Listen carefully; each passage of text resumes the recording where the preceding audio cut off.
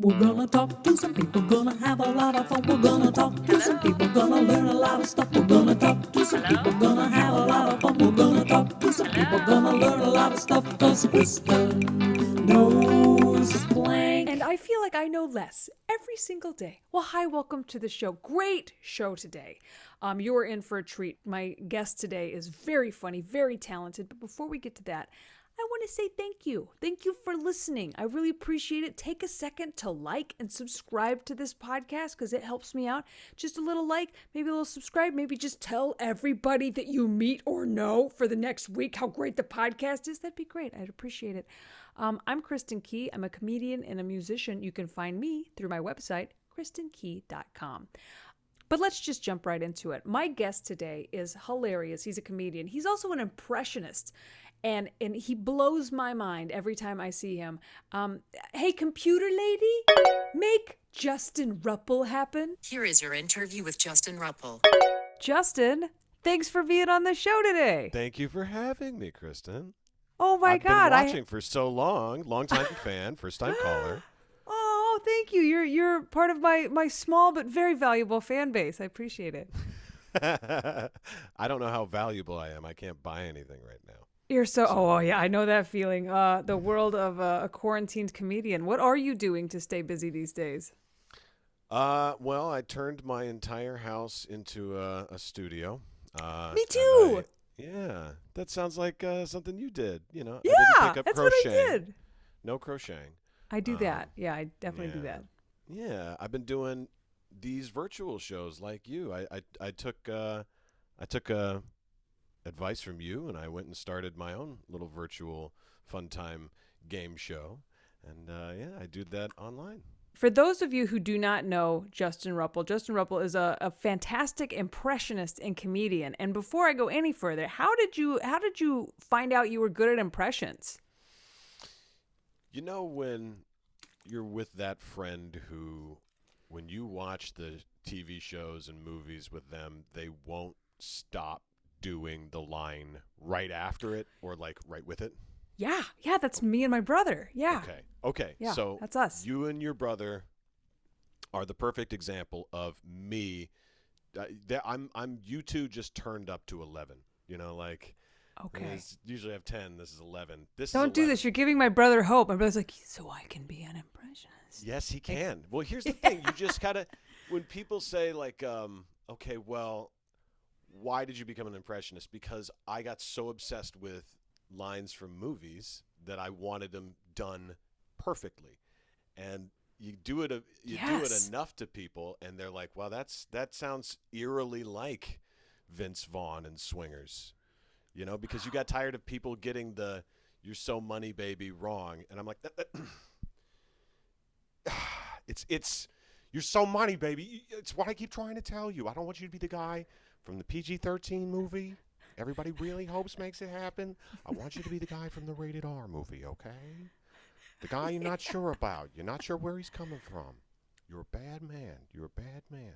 Like, I had to get it perfect. You gotta nail it. Yeah, and people like, they can can picture in their head like, oh yeah, that's the scene. It's not what I was thinking. Yeah. It was an incessant need to be right. That's funny. The other night, my wife and I are rolling. We're not rolling. We're laying in bed.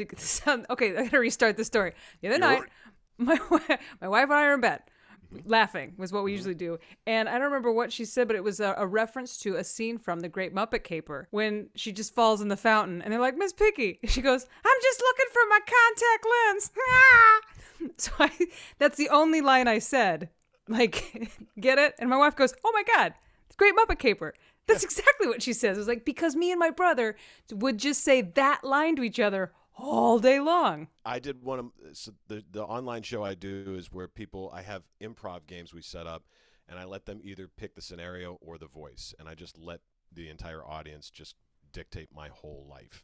And the other day, somebody was saying, hey, could you do Miss Piggy? And I said, boy, in my entire life, I've never tried a Miss Piggy.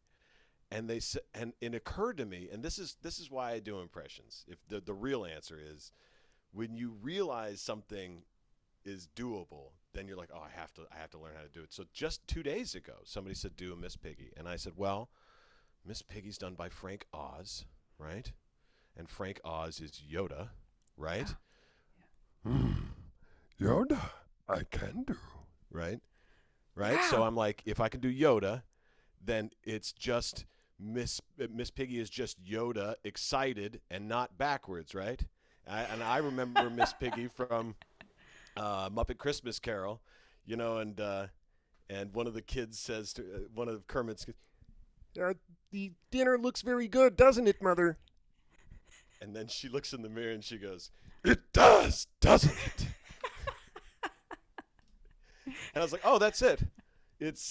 She's just more excitable, you know, Yoda. That's it, just straightforward.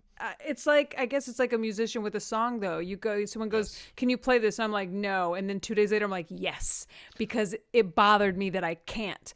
And I want to see, is it like I can't play it because it's Billy Joel and he's a piano man and I'm a guitarist and I'm probably not going to ever be able to play? Or is it I just haven't learned it yet and it's like a Joan Baez song that I was made to play?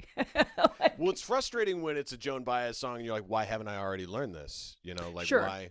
And occasionally somebody will throw that voice to me and I'll be like, well, I haven't learned this and I'm ashamed that I haven't, right? But it is very musical. And I was a musician growing up and, you know, dabble in it, not as well as you do.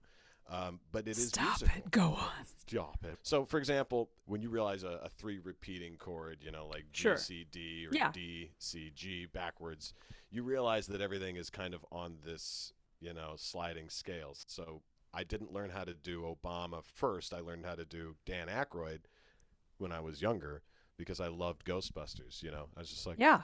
I just thought of the only thing that couldn't possibly hurt me. Stay Puft Marshmallow Man.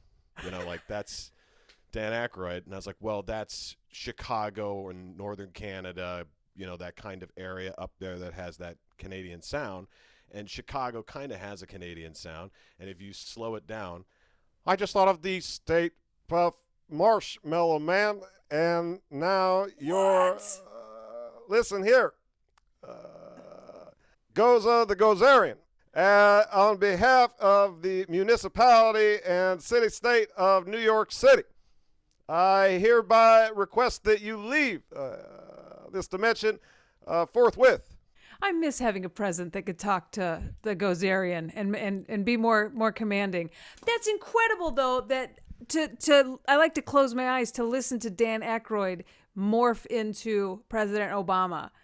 That's crazy, right? Well, yeah, and it makes you think about what a craft this is to do impressions, and it's not just. I guess it's like when people say, "I want to try stand up." When I get drunk, I'm really funny, and you go, "Actually, you should just try," you know, because I don't want to go Right. into what all that goes into stand up. Look, try it, you know, and feel that because it sucks when it sucks, but it is a building process, and in the beginning, you end up doing voices that everybody does, but eventually you start thinking in a term that only you can, and you're like, okay, well, those are the voices that only I can do, or these are the jokes that only I can do because it's about me, you know. Right. And then once that happens, you know, at some point I stopped doing just here's this guy in this movie, and turned it into, well, where is Eugene Levy in my real life? You know, Right? Where is Eugene Levy in your real life? Well, he's my dad, and everybody loves Eugene Levy as the dad on Schitt's Creek, but would you actually love Eugene Levy if he was your dad? I mean, because he used to say stuff like, son, do you really think stand-up comedy is a good idea? I gotta be honest, your sister Alexis, she didn't do so well with her theater degree. Not, you know, go ahead, get a degree. You can still, you know, have a backup plan, you know. And you're like, oh, Mike, it's not as fun. It's a new level. It's bringing impressions to a whole new level where it's not just. And I know we've all, especially because we worked on cruise ships, we've seen impressionists that do a very basic, here's the impression. It's this guy doing that line from that movie. Right. And what you've done is you've elevated it to... well, I wanted to tell stories, you know, like that's... Yeah. As a comedian, I'm going to give you guys an act, and I can be anybody you want. Then why am I picking the people? Because then all of a sudden their eyes light up like, oh, what if you could be that guy and that guy and that guy and that guy right. and that guy? And I was like, well, screw it. You guys pick. You know, did this start when you were doing colleges, can I ask? Because yeah. I remember watching, like, we're watching each other's careers, I think, just because I love We're what living you do. parallel. Yeah, parallel. We are, exactly. yeah. And so when I saw you hit the college circuit, I remember one time you put out a tweet saying that it was one of those shows where you couldn't get the audience, and so you just stopped your set entirely, and you went into the audience and they were tweeting, and they were tweeting negatively about you, and you said, "Keep doing it, and I'll read your tweets." Yep, in any voice you want. And it turned the show around, and I've always thought of that as being like I've always had this attitude about stand-up, like nothing can really go that wrong. It's a stand-up show. Mm-hmm. Like, you have to come to grips at some point with, it doesn't matter if they're laughing at you or with you, they're still laughing. And at some point somebody said to me, if I was listening from the outside of the room and the whole audience is dying the whole time, does it matter if it's with you or at you? right. No, it does not, because that audience came out going, oh my God. So you're either a clown or a writer. Who cares which one you are? Well, maybe both. Yeah, maybe both. And maybe you're a writer disguised as a clown. Yeah. The audience, I don't like saying this, but here's the inside scoop. When we convince but could you say that like Dwayne "The Rock" Johnson, please? Here's the scoop. It really doesn't matter if we're the clown or not. I just made my whole day. Okay, good. Eventually, at some point, most comics realized that the clown was a genius. You know, the big dope was the one who was really way ahead. You know, of Laurel and Hardy. You used to think as a kid, you're like, oh, Hardy's smart, you know. But then you're like, no, Stan Laurel's the genius. Look at that. He plays the buffoon. Do you know how hard it is to play the buffoon? Everybody could be quick and witty, but your act is the perfect example. I mean, you have a way of being like, I'm in control. I'm in control. I'm in control. I'm not in control. And that's a clown. That's at the sense of it. That's what we are. And it's an elevated form of lesson learning. Like, they'll never forget it. What are your all-time favorite voices to do? I love doing Obama. I love doing Cat Williams. You have a great Obama. You might have the best Obama I've ever heard. Yeah. I appreciate it, because I think there's two levels of Obama. There was the way he used to give speeches, and then there was the way he'd give interviews. And interviews, he was very objective, and he wanted to make sure it was down the middle. So if you were listening, you couldn't get him. You know, they'd be like, what do you think about socialized medicine? That's a great question. Two things. Number one, it should be an inalienable right as Americans that we take care of one another. And number two, not to the detriment of our welfare. It's so good. Yeah, it's so perfect, right?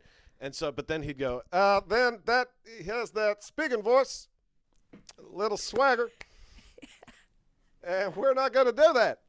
He thinks that's smart. You know, and like, so there's two different levels. That's like 2020 Obama. He's been on the campaign trail using that voice, yeah. He's very like, I don't care about polls anymore. Write me a book. Play some basketball. You know, like, it just, I love that one. I love the voices that no one really does that much. There's a couple Jeff Goldblums out there, but I love doing a Jeff Goldblum. And people love him. People love him. Even millennials love Jeff Goldblum. Yeah, any person who speaks another language inside our own language, and he does that. Like, I watched his Disney show where it's just Jeff Goldblum exploring the world. Yeah, I've seen that. Yeah, it's so good. Yeah, and he goes to the sneaker shop, and it was the craziest. I couldn't stop thinking about the way he said it. He's like, yes, today we are exploring the street culture, as it were, the foot that hits the pavement, and we're going to the Adidas factory. Yes, the Adidas. Adidas stands for all day I dream about soccer. Not anymore, though. They're more than just that. They're an entire culture. They're who we are, and we're there. And you're like, oh. He's just the weirdest. On a ride. I was on a ride. Yeah, we all are. He is today's Christopher Walken. You know? Oh, yeah. Walken used to take the commas and periods out of his scripts, and that's why everybody wanted to do that voice, because if you take the commas and periods out, everything, sounds completely unique, I was walking the dog the other day and also was drinking a soda because I can. I like soda. You're like, there was supposed to be some periods, and so It's better this way. yeah, it's better. The Walken way is the Walken it's so method much is better. so much better. Yeah. So those people who have a really unique, silly voice or not silly, but just they have their own way of talking. Cat Williams is my favorite, because when I do that, I have to, everything about my face, my neck, the way I hold myself changes, and because I can't do it otherwise. Like, so I appreciate you. I appreciate what we're talking about. It's a beautiful studio you have built here in your tiny little 2-bedroom apartment. What the hell are we doing in here? There are so many lights. You don't need that many lights. I tell you what, you have too many there are black pores on your face. This ring light is making you look ridiculous. Should have never turned on any of this in the first place. That's all I'm saying. So if you just, the ones that no one else does, you're like, those are my favorite. Kevin Spacey did impressions, Mm-hmm. and Kevin Spacey was a phenomenal. I mean, I have issues with separating the art from the artist, and I'm on the. I can reference it though. Yeah. Yeah, I like to appreciate the art. The artist may be a monster, whatever. Mm-hmm. But I thought his impressions were fantastic because he did that. He would just become them. Yep. And that's what you're doing. You morph into them, and it's fun to watch. Thank you. I think a lot of it is commitment. You have to just believe. It's make believe. It's make believe. Oh, kids, it's magic. It's kids magic. I was But doing. that's what we want. That's what we, Yeah. as an audience member, that's what I want. I just want you to make me feel happy. Yep. I was doing that in Indiana.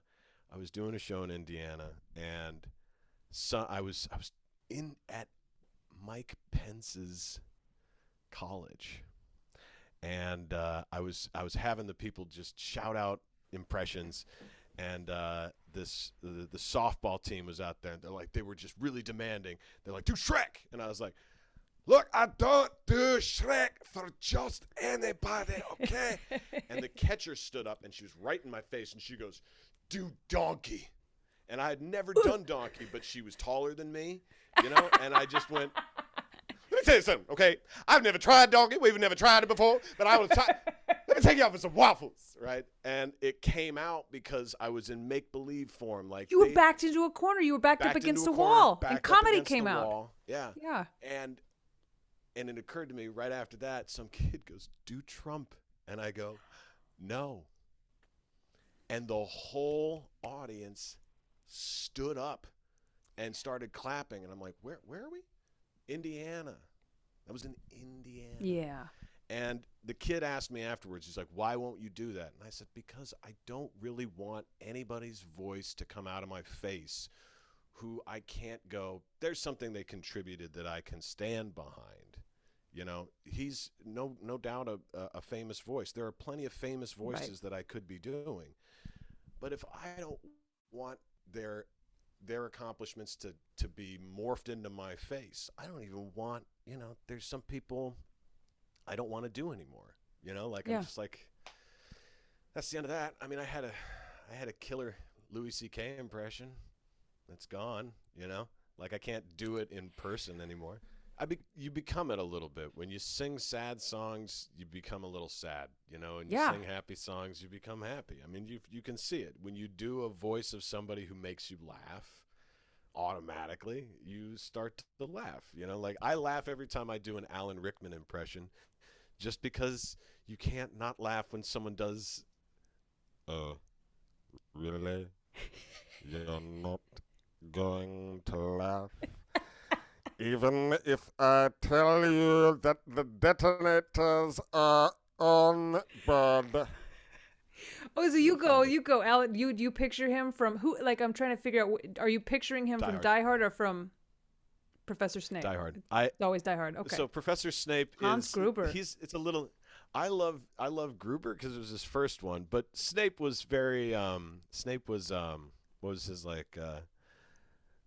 You can bottle fear, toy with the mind, and move things with your spirit.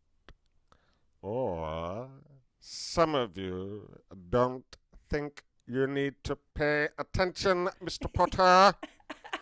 You know, but I loved his anger and deceitfulness in Die Hard. It was almost like Professor Snape on coke a little bit. It's Die Hard. Although the Dana Carvey and Kevin Pollak do the one-word impressions, which is really funny. Like, I love the one-word impressions where you could just say one word as the person, you know the impression. And my friend and I do two as Alan Rickman. It's hello and yes. And he said yes, like from Love Actually. Do you think other people know I'm in love with him? Yes. Just that tiny little yes. I almost think it should be Yes, detonators, because that was one of the best words. Kevin Pollak says the word for Liam Neeson is banana, and it is so perfect when he does it.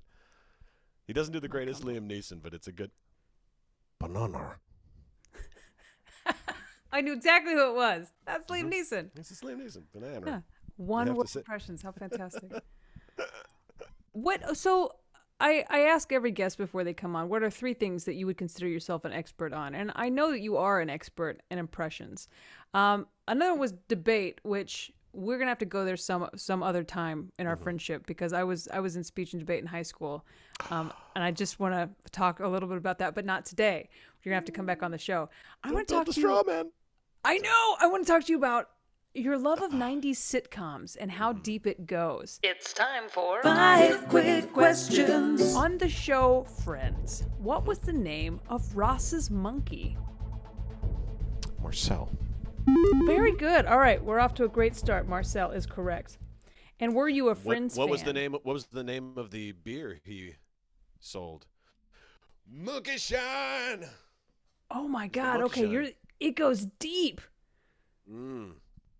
It goes And deep. that's the episode that was called After the Super Bowl, in which we found that out, in which Jean-Claude Van Damme also made his appearance on the show, as well as Julia Roberts. It was eventually made into a 2-parter because it was 1 hour and it followed the Super Bowl on NBC.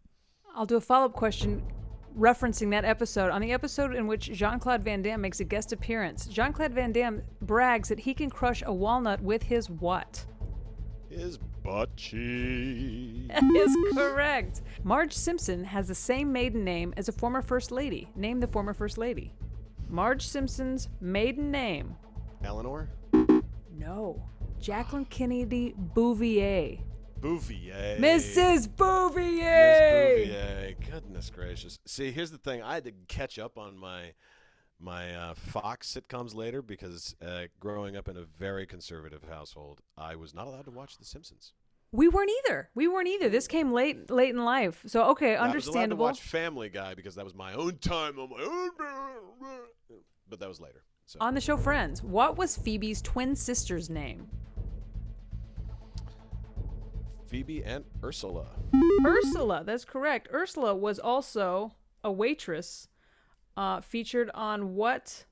Mad About You. Yes. So you got question 1 right, question 2 right, missed the Simpsons question, got Ursula. I gave you a spin-off question of 4, but I'm going to give you a question 5 just for the ultimate, for all the beans. All the beans. I'll take all the beans, please. Okay, what was the name of Mr. Crane's dog on Frasier? Oh my goodness, that's easy. That's Eddie. All right, okay, there you go. That's Eddie. And now it's time for Rad Libs.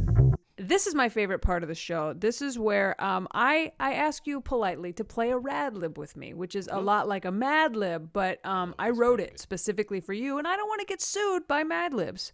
Yep. So, have you ever done a Mad Lib? I have. Oh, okay, great. Well, this is a lot like one, but it's not because I don't want to get sued. Okay, so here's what I did. I wrote a story specifically for you, Justin Rupple, and I've left out some parts of speech. If you give me those parts of speech together, we're going to make a hilarious story. Are you ready to play? I'm ready. Okay. I need an animal. Kitten. I need a food. Hot dog. Yes. Excellent choice. Are you a fan of hot dogs? Do you eat hot I am. dogs? That's what I used to eat on the unnamed cruise ship every day. I do a cruise ship whole joke about a hot dog and a song that goes with it, and then afterwards people come up all week long going, "Did you get a hot dog yet?" I'm like, why do I keep doing this bit? I know your bit. You do know my bit. I'm going to do it right now. Body part. Hip. That would be strange to have. Have you ever done an impression for someone Yes. of them? How did it go? Oh yeah, you were with Liam Neeson. I did it with Liam. He liked it, but he asked just not to do it while we were filming because he wanted to keep up an American accent. And I was like, "Are you doing one right now?" And he's like, "Yes, this is my American accent." Norm Macdonald never spoke to me again after I did it. Were you speaking a lot before that, or was it just like we've never we met? were on the. We did. He's like, he was gonna send me on. He's like, I've got other road gigs and all this stuff, and he's like, Yeah, because I like your impression. An impression guy is hard to find. I used to work with Carvey. You know Carvey, right? Oh, he's great. I'm like, oh, I love him. And then one night, I went up before him, and somebody said, "Do Norm," and I couldn't help but not, and I was like, oh, here's my impression of Norm. Oh, I was gonna not do this, but then I thought, who cares? that's all I did. And And everybody he never laughed. spoke to you again. And I went backstage, and the host goes up there and did like 2 minutes, and I was like, "Oh, the host is doing time." He's like, Yeah, I asked him to do time. I'm like, "You don't usually ask the host to do time, do you?" And he goes, No, but I usually don't have to try to follow myself. The hell are you doing? I told you not to do an impression of me, and then you just did it. I'm like, I mean, it was a good moment. Like, It's a great story for this podcast, so thank you for burning that Well, I bridge, love Justin. Norm. Norm, if you're watching this, when you do watch this, I love you. I still love you as a comic. Let's go golfing sometime, pal. Huh? You did it again, Justin. You can't stop doing it. You did it again. I did it again, Kristin. The light was on, yeah? Norm Macdonald, maybe give me a decade. 1980. Give me Dwayne The Rock Johnson giving me a dwelling. Split-level townhome. I need a city. Seattle. A number? 13. Beautiful. A plural noun. Nuns. Yes. I've been waiting for someone to say nuns. A noun. Football. A TV character. Niles Crane. A celebrity. Jeff Bridges. A verb ending in ing. Strutting. Adjective. Fanciful. Fanciful. There you go. Just looking for something fancy. Fancy. Fanciful is fancy. A weather event. Hailstorm. A song lyric. I just died in your arms tonight. Botanist. A verb. Love. An adverb. Seemingly. A liquid. Orange juice. A body part. Earlobe. A phrase. Laughing all the way to the bank. We have a story. We have a fantastic story. Justin Rupple, written specifically for you. My favorite 90s TV moment. I love this. I love TV like a kitten loves a hot dog. But there was one episode that plays through my hip all the time. Remember that sitcom in the 1980s about 5 friends living together in a split-level townhome in Seattle? Well, in season 13, there was an episode that had everything. It had romance, comedy, nuns, and a talking football. I love that episode because it's the one where Niles Crane and Jeff Bridges finally show their true feelings for each other by strutting. The scene was set. It was a fanciful evening, and it had just started to hailstorm. Niles says to Jeff Bridges, "I've loved you because I just died in your arms tonight, but this can't work." To which Jeff Bridges replies, "Is it because I'm a botanist?" "Because for you, I'll love." Then they kissed, seemingly. Every time I see that episode, orange juice runs down my earlobe, and I know I'll be laughing all the way to the bank. Well done. Well done, Justin. Well done. Do you have anything to tell the audience about? Anything coming up that you want to promote? Yeah, just follow me on the social media at the Rupple on Twitter and Instagram. I've got a live show coming up at the end of the month called Friendsgiving. There will be a whole bunch of information about that, a live streaming show with variety and interviews and sketches and deepfakes and a whole bunch of fun stuff. So stay tuned for that. Guys, find and follow and friend Justin Rupple online and check out his show. Thank you so much for spending so much time with me today. It's nice to see you and nice to hear your voices. I'm just happy to be on a show I watch. That's it. I'm so thrilled that you watch. We need every view we can get. But that makes me really happy. Thank you, Justin. Take care. Interview complete. Vaporizing Justin Rupple. Uh-oh. Justin Rupple has been vaporized by my computer lady. Wah, wah. Anyway, thank you so much, Justin Rupple, for coming on the show. Thank you guys for listening. If you like the podcast, please take a second to like and subscribe to it. Subscribe to my YouTube page. Find me at kristinkey.com. Friend me, follow me, all that good stuff. I'm also on Cameo, so if you want to make somebody's day, tell them happy birthday, happy anniversary, or if you just want to break up with somebody in a very unique way, hit me up. I'm there to help. Guys, thank you so much for listening. I'll have a new podcast up each week, and until next time, bye. We're gonna talk to some people, gonna have a lot of fun. We're gonna talk to some people, gonna learn a lot of stuff. We're gonna talk to some people, gonna have a lot of fun. We're gonna talk to some people, gonna learn a lot of stuff. 'Cause Krista